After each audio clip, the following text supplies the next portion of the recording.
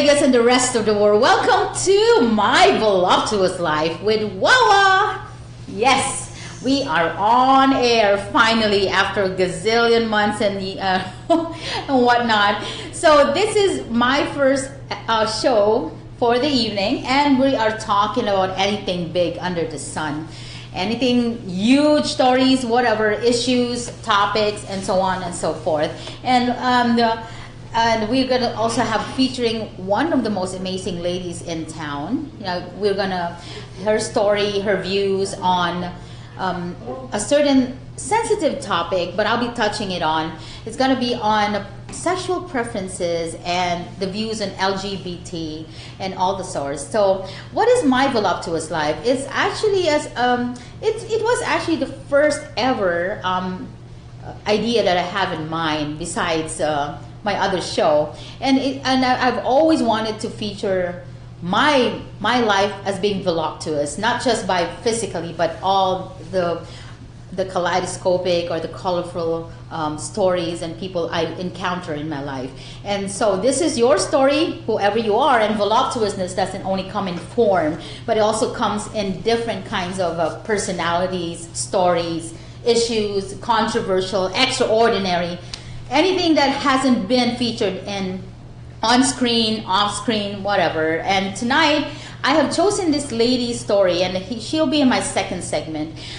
She's actually a friend of my friend, but I met her. I remember meeting this woman at a movie at Palms, where they were supposed to watch a movie, and I wasn't able to go with them. And when I saw her, I said, "Oh, you're beautiful." I don't know if she ever even remember that. "Oh, you're so pretty." I think I told her, you're so pretty. Or it's like you are too. She told me that. And then I never thought that we would be collaborating on tonight's show in my pilot episode. But I'm so excited. And to those who are just watching me, I would like to invite you to join us. My Voluptuous Life is actually a program that will open up doors and possibly, I guess, sensitive opinions on certain topics, but I'm not afraid. This is my avenue of letting people know the truth, at the same time open their eyes and ears and hearts, and to be able to look into different aspects of life that hasn't been really discussed. And well, I want to first give a shout out to those who are still with me tonight.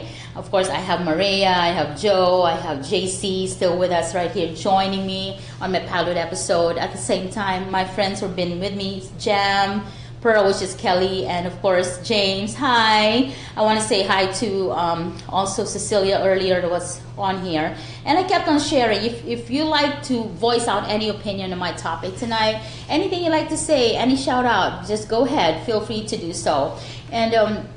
And if you can see, for the past few days, we have some spiels on what's going to happen to this show.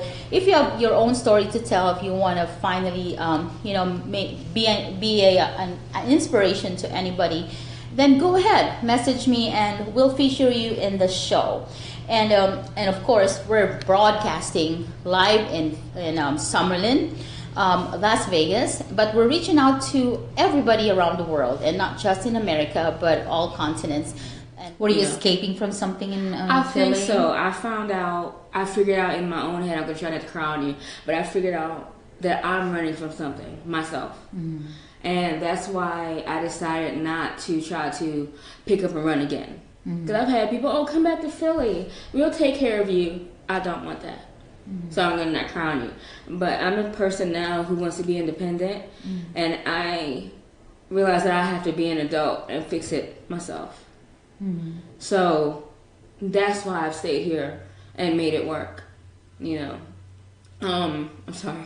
It's okay, honey. Yeah, go ahead. The former me would quit. I remember when I first started my job at the D Las Vegas in Fremont. I had to fight with myself, and I actually had to tell my boss, "Give me 5 minutes," and I literally ran to the bathroom and cried for 5 minutes, because even though my manager meant well, she said something that triggered me. And you would have that moment. I can share with you, because I had moments like that too, and I think our audience would also share that like you had a moment like, okay, right, are you doing this or not, or giving up, or Yes. what? And Yes. you had that moment. Yes. That was Okay. like your that was like your quicksand, you know. Yes. I've had that moment a handful of times living here in Vegas, to where I literally had to go cry in the corner for 5 minutes and let it out and get over myself. Because I realized that I'm 35. I cannot continue to quit every time things get hard. Yeah. And that's what I had to learn the hard way. I know these three motivators in your life. Like, okay, when everything just crushing and everything's just blacked out, but you only see these three aspects in your life, or people, whatever motivator that you're. No, I gotta go on. Right. One of them is my biological mother. She died when I was 11. I'm sorry for making you okay. cry, but I hope I'm making you strong. Go It ahead. is. Yes, yeah. She was my best friend. Okay. How old when she died? I was 11. But that was my baby. She's one of my motivators because I know she's always around me somewhere. And she's like, whatever happens, she's just there, you know. Like Yeah. even if physically she might not be there. And who's Right. the second one? My grandmother. She passed away in 2015. She was my baby too. She could do no wrong. She died at Philly. No, she was in Georgia. But that was my baby right there. She could do no wrong. See, it makes you laugh, you know. And who's your third one? Myself. Good answer. Because I realized that every day, no matter how imperfect the day is, it's perfect to me because I'm doing better than the last day. I didn't give up today. I didn't give up yesterday. Do you see yourself as a motivator for another person or other people? I think so, because all of the things that I've been through in my life, if I can survive them, I was almost literally holding my mother in my arms when she passed away. If I can survive that, I can survive just about anything.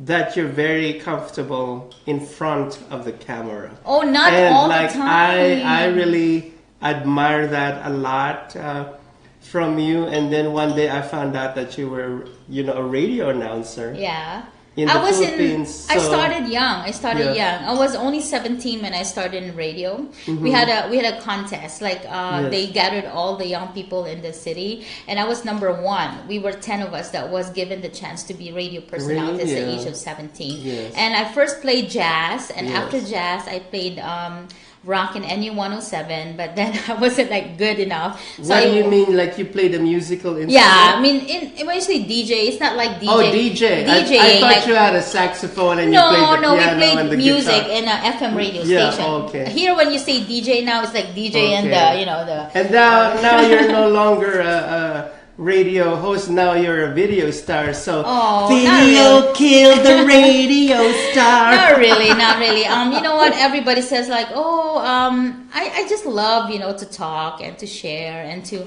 inspire people. To inspire people and.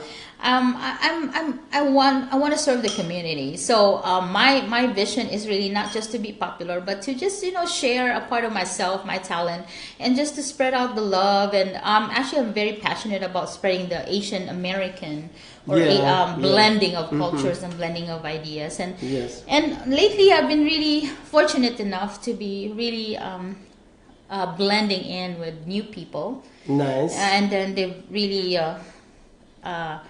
Educated me more about I'm also can be shy, I can be shy too, but now I've learned that you just have to be yourself. You don't even have to dress up so very nicely. You just have to be yourself and be courteous and just be intelligent enough, not too roady, and people will just appreciate you the way you are. So I've been trying to blend in with more into the mainstream. Before I just blend in with our own people, but now you're in America. Yeah. You should be proud that you're here. You should be happy, and you should embrace Yeah. the diversity. So you just have to like blend in and just Yes. meet people. And you know what?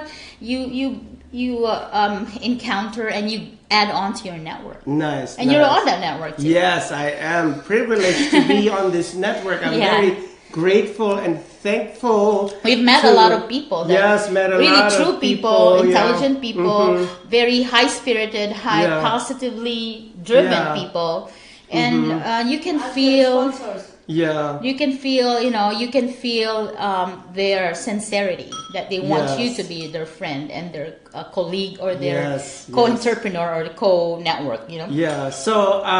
So you were a radio announcer and a DJ, and then you also mentioned that you were into theater. Did you do a lot of production back home? in the Yeah, Philippines? I was in the University of the Philippines, and by the way, UP Visayas, and I would like to mention my mentor. It's Kevin Piemonte. He actually has a play right now in UP Visayas. Oh, wow. He was one of my mentors in theater, and if he is listening, or he would be probably seeing Yeah. this.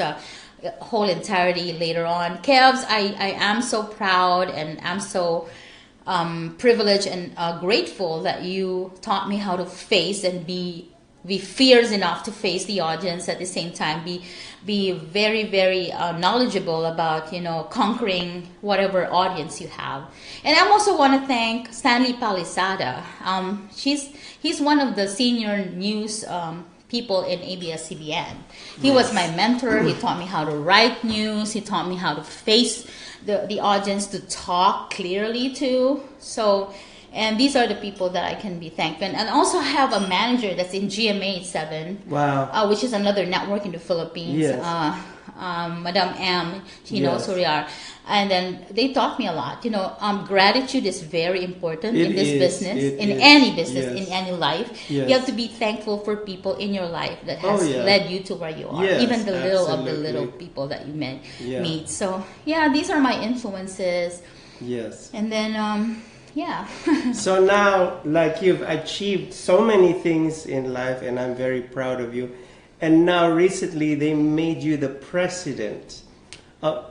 Not yet. Okay. Not yet. So That's that's a gonna be secret. for another show. But Yes, we things will- are cooking, Cooking, in yeah. her life. So.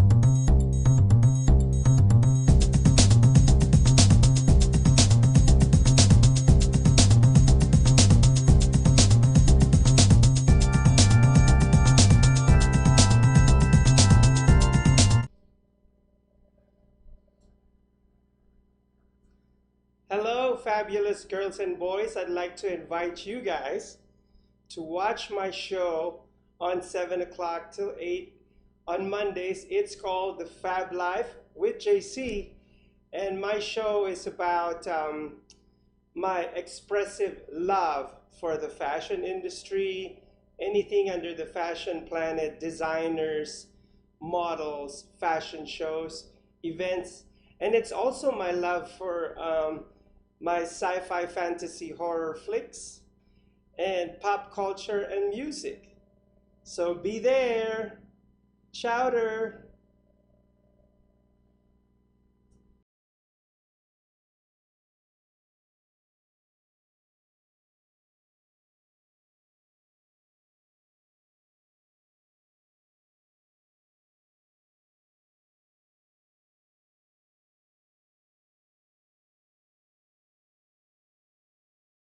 Also thinking about this. So now, what can we expect from Michael Lee McDonald as a politician, Mike? I mean, like, Well, how do you look at, how do you want people to recognize you if elected as Assemblyman in District 20? Well, I'm running on the Family and Criminal Law Reform platform. I have a political action committee called the Committee for Family and Criminal Law Reform. I'm helping other candidates get elected as well. If elected, I'm going to put in legislation to help change, to put equal parenting as a set standard. That'll cut down 70% of litigation.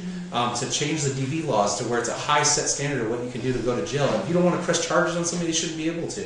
How powerful is this is what I want to ask you, and I want you to educate the people who doesn't even know exactly what an assemblyman does to Nevada or to the city. Like, we are all voters. Sometimes they don't vote because they don't say, oh, okay, what's an assemblyman? Different from this type of post in the government. So what does an assemblyman exactly do for the city or for Nevada?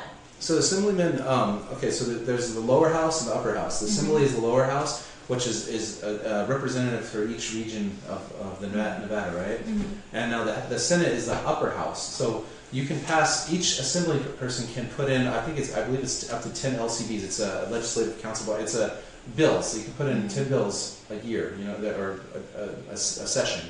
So 10 bills. Yeah, so you can get them approved or passed. You can get them co-sponsored with other politicians, other assembly. What does it take to be approved?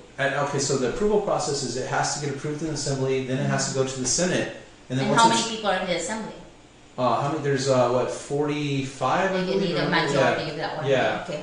And so we have. So we have the assembly, then it goes to the Senate, then it goes to the governor to be signed as a bill.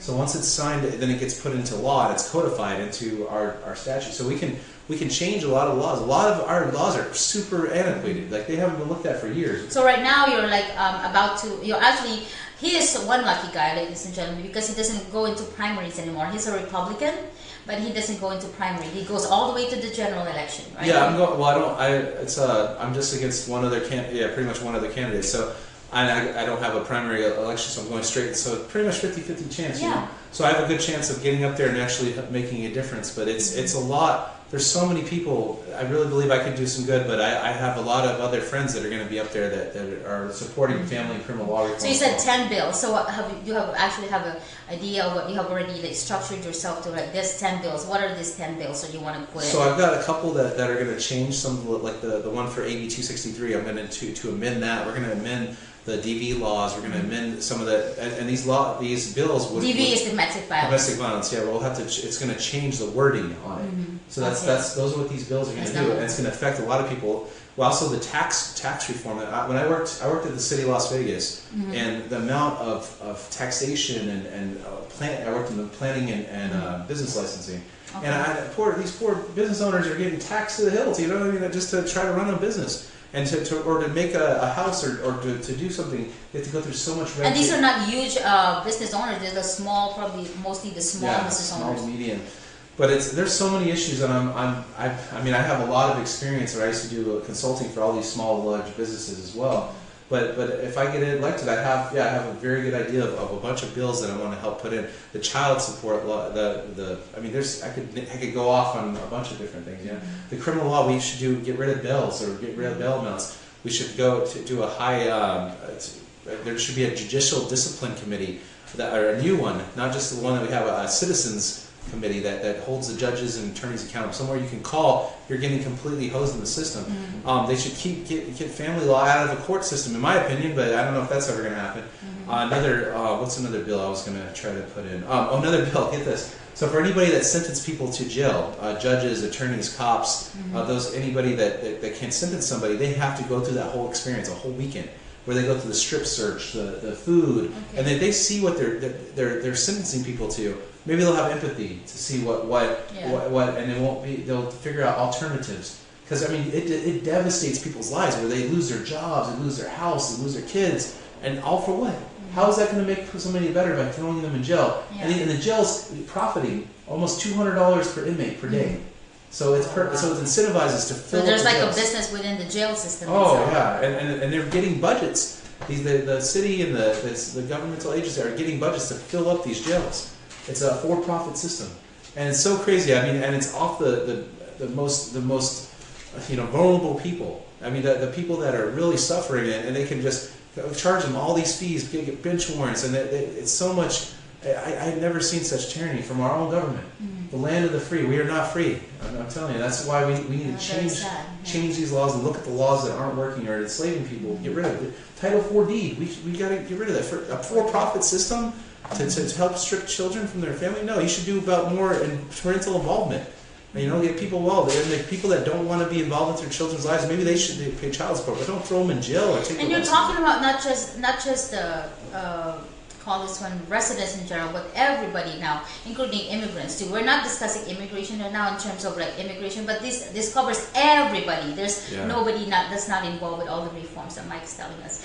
Whoa, what a very revealing night. But before we end, a lot, and you'll see more of Michael Lee McDonald, but for pretty much, hopefully this will spin off to a show for himself. But before we end, Mike, what is, I'd like to ask two more questions, I guess, to end up our interview. Sure. Thank you so much for giving me a chance to at least give you the stage and the spotlight to talk about what you fight about as a person, as a politician, as a law reformer. And I know it's not so huge as that, and this is not a huge show, but I know it will really, really like kind of create a ripple and probably wake up call, probably very informative to those who are watching. So what is in the heart of Michael Lee McDonald right now? What is your how do you see yourself 5 years from now, maybe?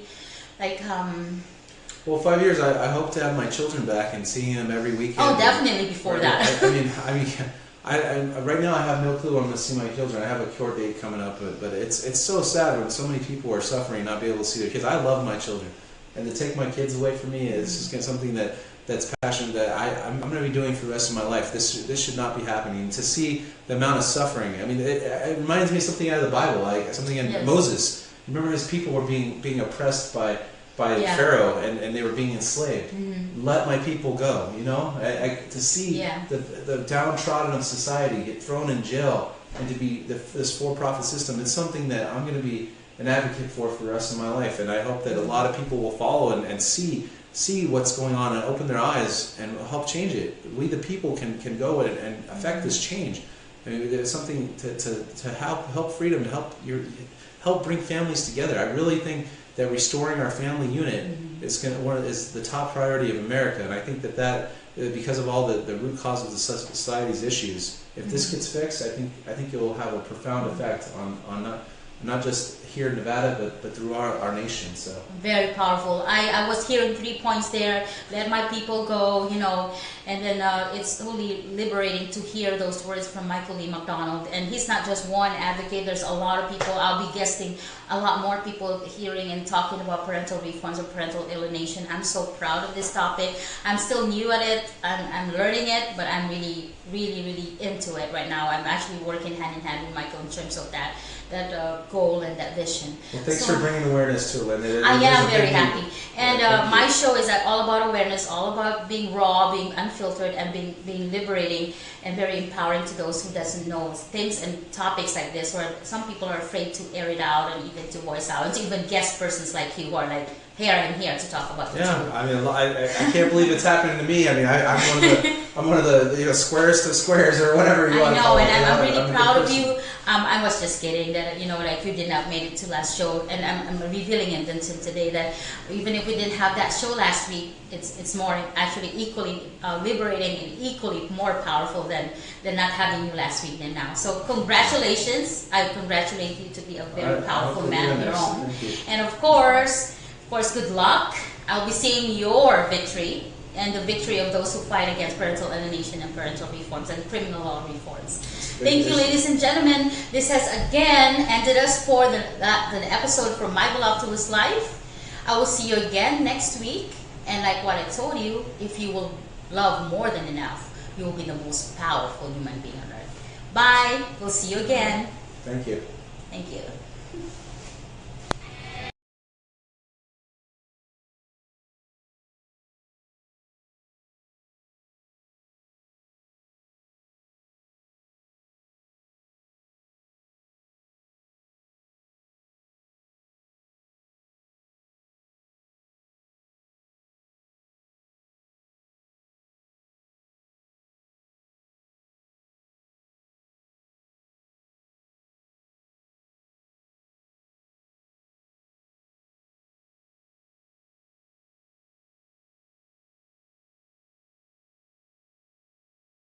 Well, thank you for tuning in to Saved by Grace. On this show, I'm Lance Parvin, and on this show, we talk about our Lord and Savior Jesus Christ and testimonies of how people have actually been shown grace and mercy. So we'll have a whole barrage of interesting guests sharing their stories, their testimonies, what's been going on in their life.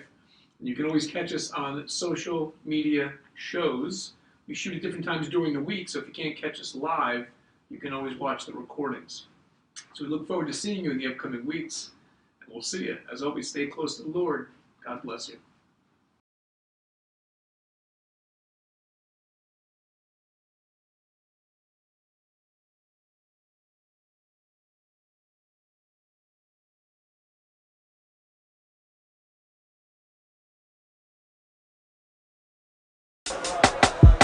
Thank you, man.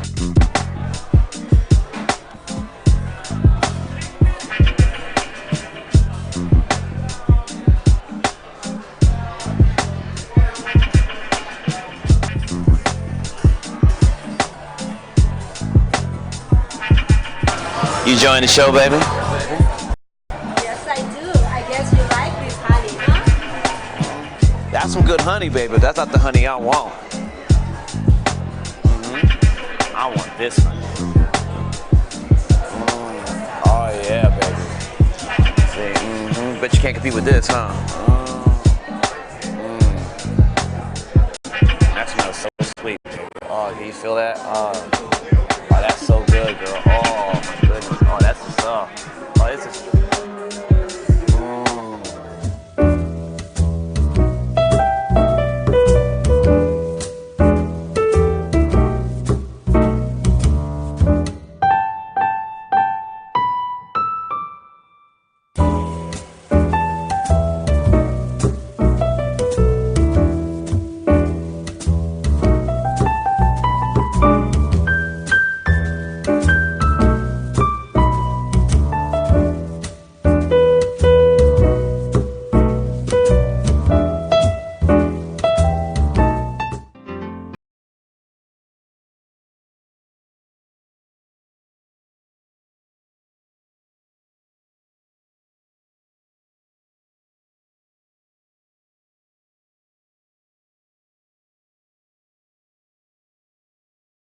So where did this Einstein moment come from? Like, you were in California, and then what did you had to move to Vegas before you founded this? Tell me about Dream in Motion. How was it? Where did you start, and Where to come from? Dream in Motion, believe it or not, I had already moved from California to Vegas, and for a few years, and I heavily meditate, and I do pray, so I meditate a lot.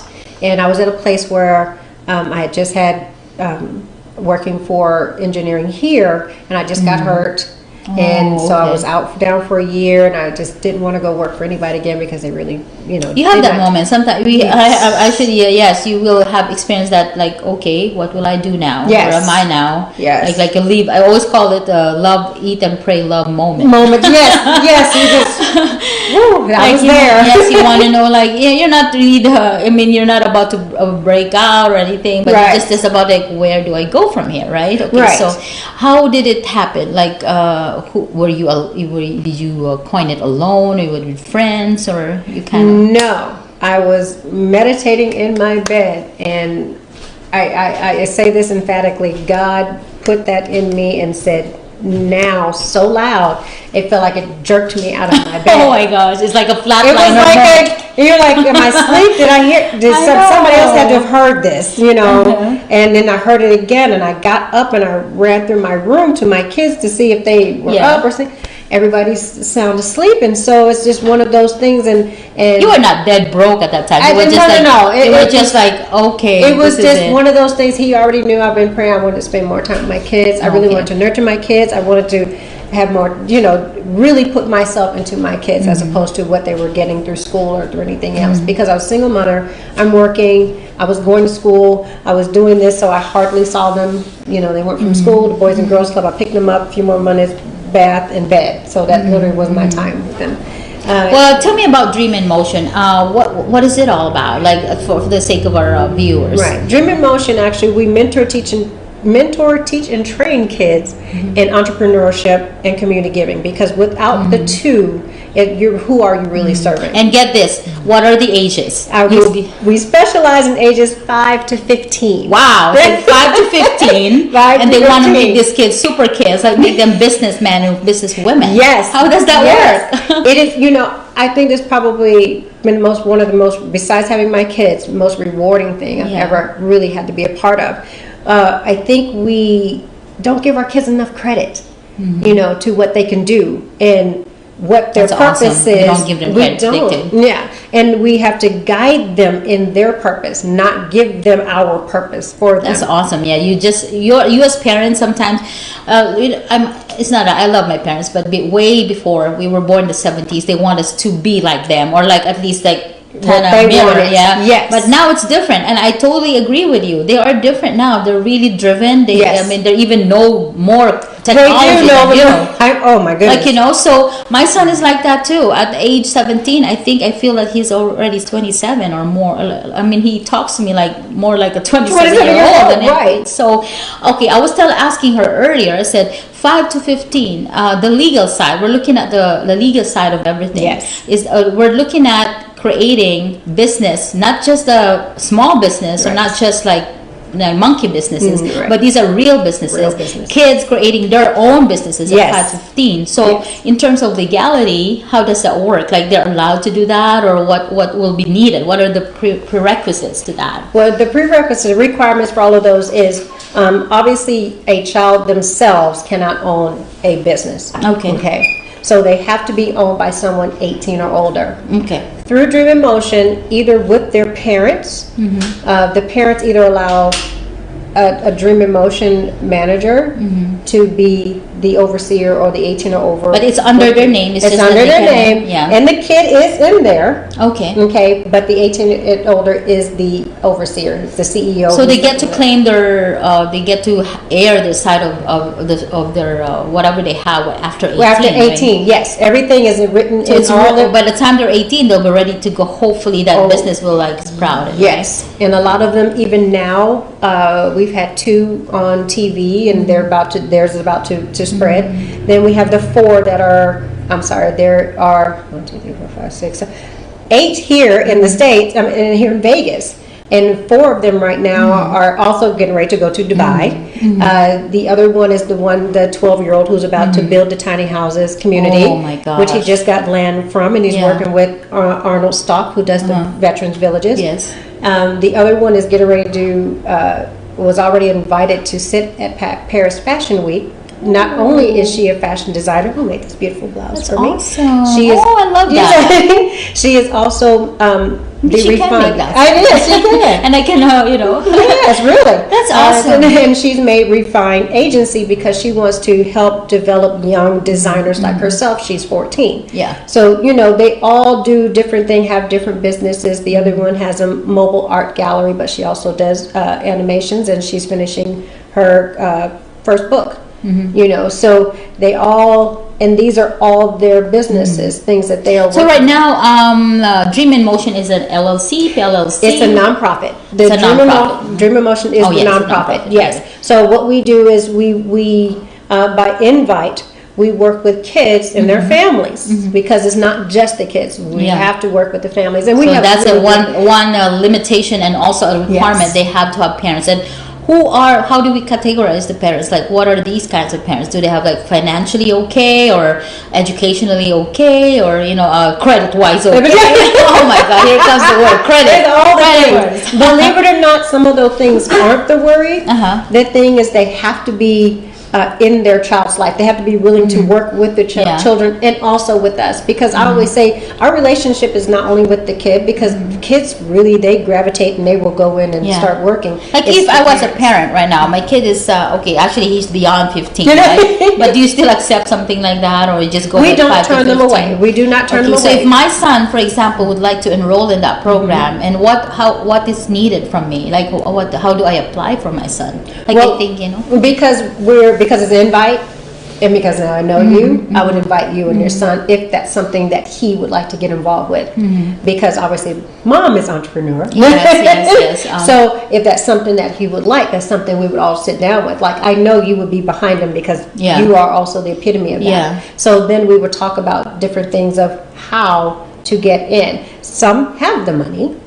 Some have to get the money. So we teach them ways of how to. So it doesn't necessarily that if I don't have the capital, that you're not going to turn me away. You're going to teach me how to go about it. Yes. First of all, it's by invite, ladies By and gentlemen. invite. It's by invite. Like, I hope you get invited. It's an amazing program. But anyway, so right now, how many LLCs? They call them LLCs, the ones that are created. Yes. Let's move back. I want to go, I'm interested with the first ever child that has how old is that child now? Like the one that you first taught? She was 5.5. Okay. How old is she now? Just turned 10.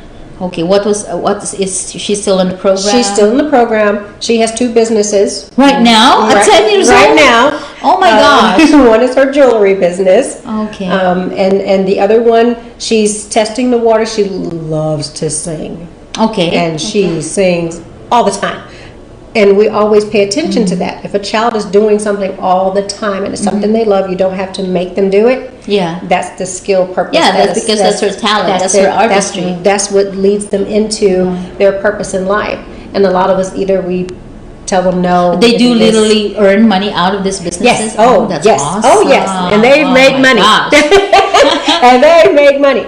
And they help others make money. They're also mentors. How many are there right now in the program? There are, we just got, because we're getting ready to do the next phase. Woo. So right now we have, and this will start in the fall. Yeah. Because the other ones are right now in the Philippines. But we have. Are they from the Philippines? We have 12. Are they from the Philippines, or they went to the Philippines to do the business? Well, believe it or not, their dance group is opening up for Bruno Mars there. Oh my God. The Jabberwockies. So, and his wife is Filipino, so they do have, there. Wow. But they're kids, and we have a lot of kids. That's other kids awesome. that come in. That's awesome. Yeah. So what are these different types of businesses? What type of industry are they going into, or it's according to what they want to do, and then you just develop out of there? Well, that's true. It is according to what they want to do, but we do all industries. We have the 12-year-old not only does architecture, he drafts, by the way, he does Revit and AutoCAD. Oh, yeah. But AutoCAD. Yeah, these kids are like ex-kids. They are because they're mentors. Okay. They get everything now, so they're learning now, and that's the whole part. And then you have he also codes, and they also trade. So he's been into trading. So he's watching the Dow Jones, the Nasdaq, my gosh! Like, okay. So I mean, we don't discourage them from whatever it is, but we watch what they like to do the most, and that's where we kind of focus. Are they mentored like daily, or you have a set schedule? Because these are still small kids. You do a group thing, or do a one-on-one. We do both. We do both. The group one, we have a moderator depending on which mentor is taking over that particular one. Some are from California, some are from some other places. And then, of course, we have the one-on-ones when they would have them with myself or one of the others. And then, of course, the kid network themselves. They all together come together once a week. That's so awesome. It's a constant, because we have some who are in public school, and we have some who are out of school. We have some who are in homeschool. So it's just one of those things where we have to figure out the schedules and kind of go through that. But we always work out schedules. They send in the schedule every week, so we know every week what the schedule is, and we're able to put everything down of what we need. So, and everybody learns to do that. They not all get it all at once, but they learn to do that. And once they come with that, it's very easy. And they can contact us. Usually they'll text first, and then they'll ask if they can add an extra time because they may need something, and then we work that out, and then it gets done. The parents are also very into it, so they'll email me, or what can I do? We're working with this, but I don't understand that, and then we'll go through it. So we work very, very closely with the child as well as the parent. And actually we had 2 parents who came out with their own businesses. So oh my gosh.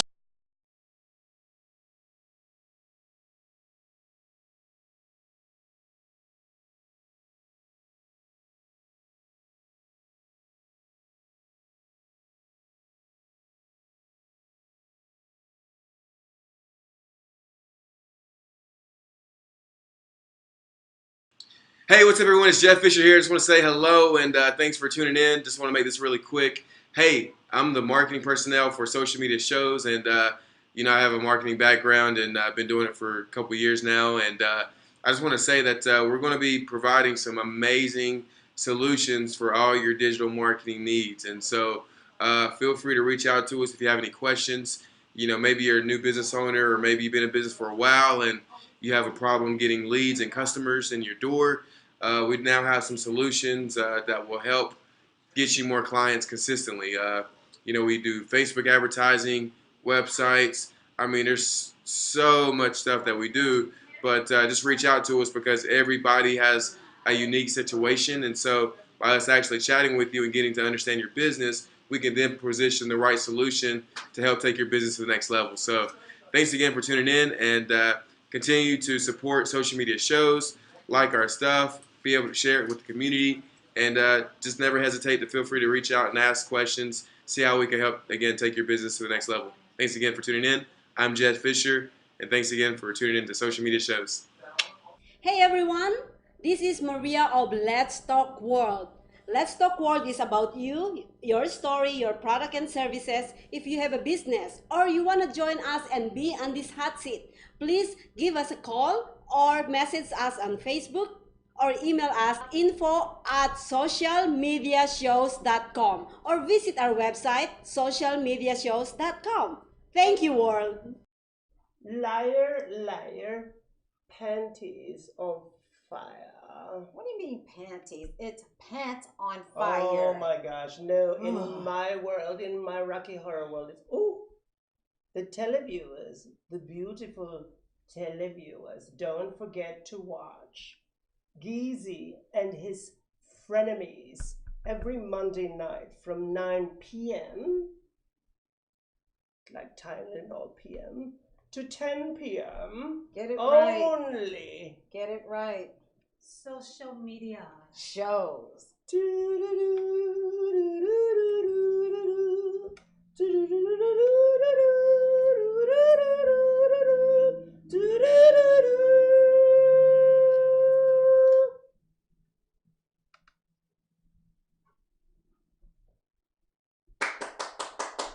Liar, liar, pants on fire. I got it down, right? JC, you didn't see that. Are we recording right now? Yeah. Oh. Hey! Liar, liar, Victoria's Secret on fire. Watch Gizzy and Frenemies every Monday from 9 p.m. to 10 p.m. on social media shows.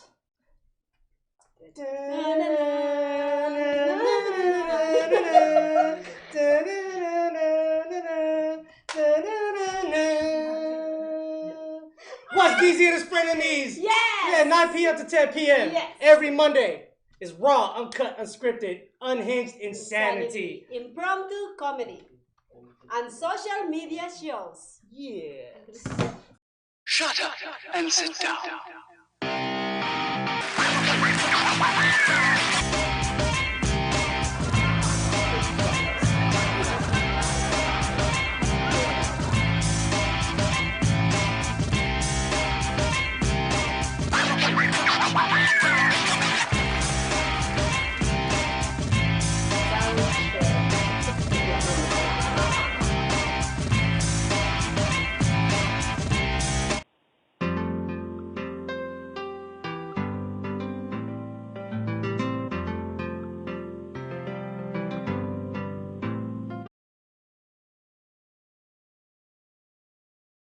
Okay, ladies and gentlemen, welcome to my Voluptuous Life with Wawa. I'm here with my guest tonight, the famous celebrity photographer, Mr. Jerron Montilla. Hey. Oh, I don't know what happened there, but anyway, so we were talking about your life in the Philippines, right? So at 23, you knew that you were going to the U.S., right? A family told you, okay. I don't know actually because it was happened so quick because at that time it was. But you were lucky. At 23, you were able to migrate. Typically, somebody from the Philippines at 21, it's quite rejected. Like me, to be honest, I was rejected at 21, and I cannot go anymore to the U.S. at the time because 21 is like a cutoff date. But you were already where you had a waiting period for you to migrate. That's No, right. we just went straight here. You know. Did you migrate in a certain city like California, Vegas? Well, I started in California and then went to Chicago and then moved to New York. At 23, when you migrated, you were a family, definitely, right? Yeah. Did you start working right away, or you kind of toured the U.S. a little bit here and there? No, actually, I just kind of like tour a little bit in the U.S. and then after that, I need to get a job. So. Okay, so in the U.S., you know how it is, the American dream and so on. When you came to the U.S., was it like, whoa, I love it here, I'm going to stay here, I'm going to make it here? Or it was like, I want to go back to No, I want to stay here. Oh, good. Yeah. First and foremost, yeah. God bless America. So, yes. That was also me. I mean, because not everybody who comes here like say, oh, yeah, I'm going to stay or not. But then good for you, good for you. What was your first job? Oh, my first job? Was it your hatest job? Or Probably a burger joint. I don't know, it was like Carl's Jr., I think, in California. Yeah, and then after that, I just kind of like work in a warehouse and factories and anything that, you know. Did you go to school here or not anymore? Care. Just work, just work, you know. You were single then, at 23, right? Yeah. Okay, and you got married or how? Yeah, I got married in 1997. I met my wife in New York, so. And still the same wife, right? Still the same wife? Same. Ooh, congratulations. Okay, now, do you have kids right now? Or you have kids or no kids? Or? Could you go back to that? Huh? We have kids in the U.S. Yeah. I got 2 kids. Good. Yeah, they're in college now. Yeah, so. Well, I don't know if it's okay to ask how you met your wife. Was he like just by accident, or you met your wife through associates? Somebody introduced me to her. That's nice. Yeah. Oh, okay. You're married for how many years? 23 now. Oh, 2 more years and a silver anniversary for you. Yeah, kind of. Okay. Well, that was Jerron. Well, you and your kid, let me ask you, because now you consider yourself as an artist, definitely as a photographer. Yeah. We always have, as a kid, was Jerron very artistic? Was he playful? Was he an extrovert, introvert? Or was he like, how was he as a child? I mean, like, you know. Just happy-go-lucky kid. Always play around, hang out with friends, you know. Was photography or like the arts? Photography didn't came in until I got married, and then I start, you know, owning a camera, then taking pictures of my kids from the day they were born, from the day they, you know. What like a development of a skill, or was it like, oh, I'm good at this, you know? Or what was your first ever paid job as a photographer? Well, it became to be my passion already. So I'm you know, it's you know, once you have a passion of one thing, and then you just work on it, and it didn't happen accidentally. It was just happened, you know. So. Well, not all people everybody can take photographs and selfies, but not everybody can become that profession, an artist, at the same time getting paid as an artist. So that was Jerron on our first segment, but the second segment we'll get to know about his craft as an artist, as a photographer, his difficulties, and probably some inspirational stories, and like possibly some comedic side to what he does, and you know, if you can be a model for his artistry. We'll come back in My Voluptuous Life with Wawa. See you soon.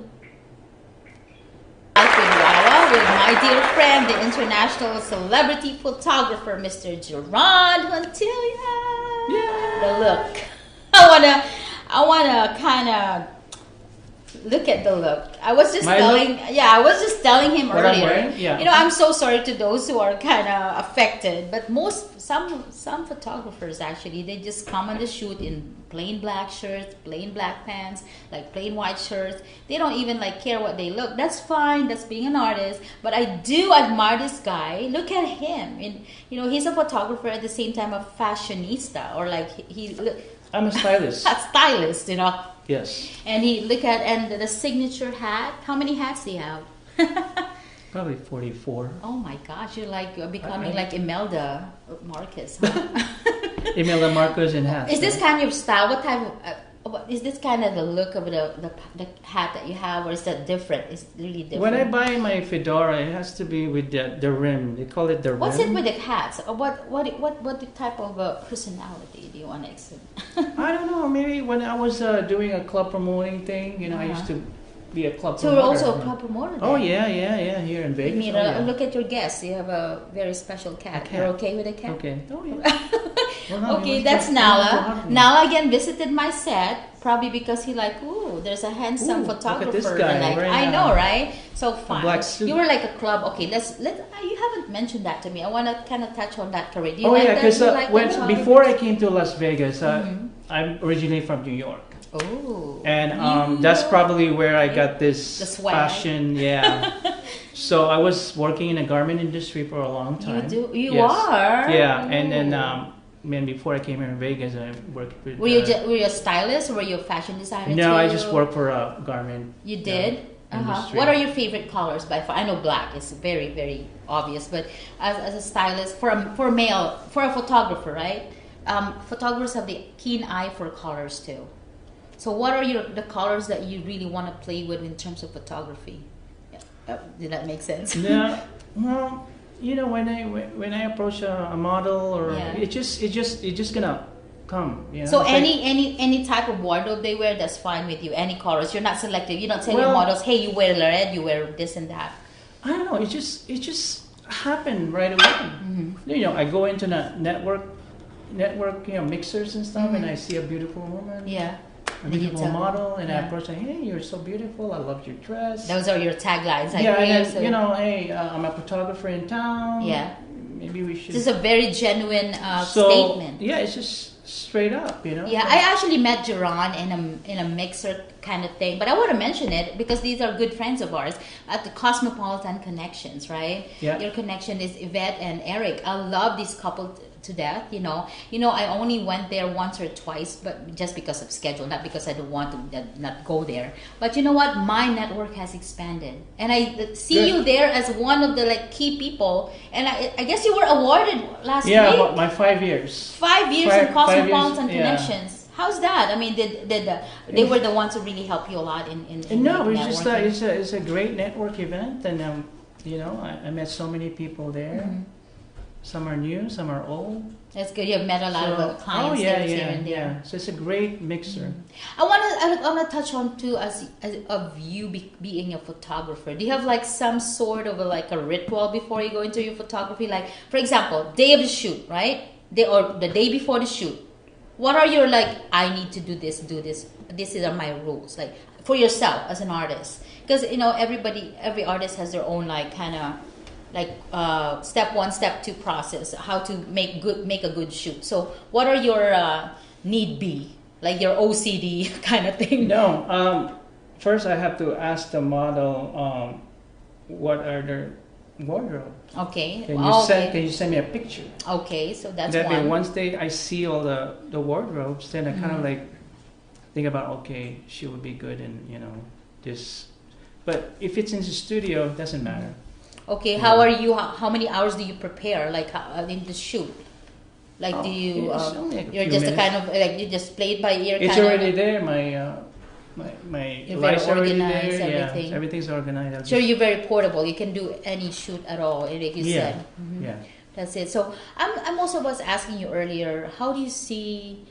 I also study the model if they have some photographs. Before. I look at their work, Oh yeah. What then I look at it, And then you just collaborate go to their Facebook everything. page or Instagram. I kind of look at their previous work. Yeah. Where they're good at, That's good. That's good. And of course, what you do with them. I study them. Yeah. Good, very good. So, I was asking you earlier, how do you see yourself in this city? Do you see yourself budding in this city? Or is this your focal point, or you want to go somewhere else? Go back to San Francisco or go to New York? Well, what is your goals, top goals right now in terms of being a top? You're actually already gaining popularity in terms of some celebrities around. would you see yourself going to LA or going to New York, going to whichever places? Yeah, of course. How about going back to the Philippines and Oh, I'd love to. Yeah, one yeah. of these days to visit them, the islands and everything. Because right now in the city, in Las Vegas, the Filipino community or the Filipino artists are really recognize who they are, what they can do. And I'm really proud of this man because he's one of them that's like really, really in the spotlight right now in terms of his own thing. Yes, Joe Coy is in for comedy. Oh yeah, Joe Coy. Yes, and then of course, let's say Bruno Mars is in music, But I guess I'm seeing Duran to be the photographer, the Filipino photographer that makes it there. How do you advise young photographers? Like, what is it in Duran? Like, what are your who influences yourself as a person? I know you're very passionate about what you do in photography, But as a person, of course, it always channels to your craft. Like, what are your motivations? Like, who motivates you? A family, a brother, a sister, a friend? Like you mentioned about one person that motivates you, like a mentor. But who else? Give me two more people, the key people that really. And what are the advices that gave you? What are the lines that they gave you that keep you motivated when things are down? I have to keep on photographing. I have to do that all the time because it's kind of like my medicine. Oh, I like that. Photography is like medicine. You gotta. Like a therapy. I have to shoot all the time because it inspires me, because I like it and it's my passion, and I learn new things. Right now I'm still learning. That's awesome. That's a good attitude. This is every day I'm learning. Every day I'm learning. My camera, my lighting, the model, the person. Was there ever a point that someone put you down in one of your projects and that's just like, boom, nope, you're not going to put me down, I'm going to go up? Was there ever a time that you remember that moment that someone put you down or a project placed you down, project was canceled or something, but you kept on going? No, not at all. You never had. You're lucky. I just I just do what I love to do. You're easy going guy. Very good. That's good. Not to worry about what people think or That's say. That's it. Not to worry. Just keep on doing what you. Just very focused on your craft. What you have to do. Yeah. If I were to start being a photographer, what would you advise me? I have a new camera. I bought it because I love taking pictures too. Right. Mm-hmm. What will be your guiding lines for me? Like, Lynn, Wawa, you just have to be this and that, And then, what are your mentoring words? You're now the mentor. Just keep on shooting. You can make so much. That's a phenomenal line. Keep on shooting. It's like keep on living, shooting, whatever happens, right? Yeah. And that is good. And how would you want to be recognized? How would you want Duran to be recognized as an artist, as a person? Like later on, you know what? I can feel and I can see that in 5 years' time, they will say, whoa, Duran Hontilia, and I'll say, yep, I know that guy, and but how would you want to be recognized, as a photographer? What you were talking about, specializations and niches and all those, and right now is really I've done so much already. I'm in a point of my life where I accomplished everything, especially my family. So right now it's just really having fun. Really, I don't have to worry about if I'm going to be awarded or if I'm going to be recognized. So be it. That's one thing I like about you. What, you don't tell me that. Even if you don't tell me that, I always see that spirit in you. Whenever I see you, whenever I see this guy, we all seldom see each other, but whenever I see him, he's like full of positive energy. Yeah. Like he's just like, just go. Just go. But who's your greatest inspiration? To be honest, your greatest inspiration. Who's in your heart? Like who's like keeping you going? Just one single element. I don't want to say person, element, whatever. The man upstairs. Okay, you're very spiritual too as an artist. That's one thing good about it. You become an artist not just with brains and but his heart and of course with faith, right? And also, you have to be a giver. You gotta give. Like that. You have help.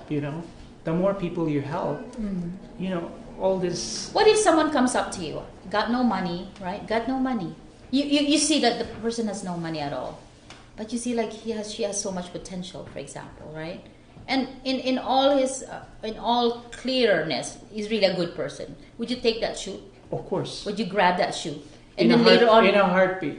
yeah, Because like I can you see see. one model, you see one like whatever, whoever that is, and you see like you have that, you get that feeling, right? I Yeah. want to shoot that person, and I Mhm. want to like, you want to be the discoverer of that person. You want to take that photo of that person, and you know that that person has potential to be popular, whoever to be recognized. Will you take that shoe? Of course. That's an awesome reply. Yeah. I love that. I mean, yeah.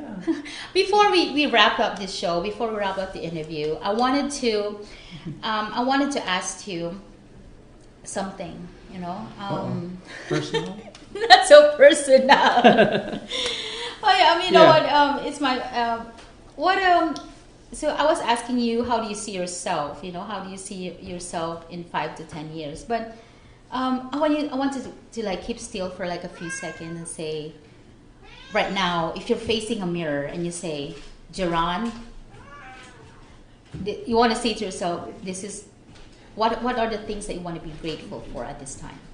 Like 3 things that you want to be really grateful about: being an artist, being a photographer, Being a good father, mm-hmm. an artist, Uh-huh. and a good husband. That's awesome, phenomenal, and that's all that matters, right? At the end of the day, By the end of the day, it's your family. it's all about family, Yeah.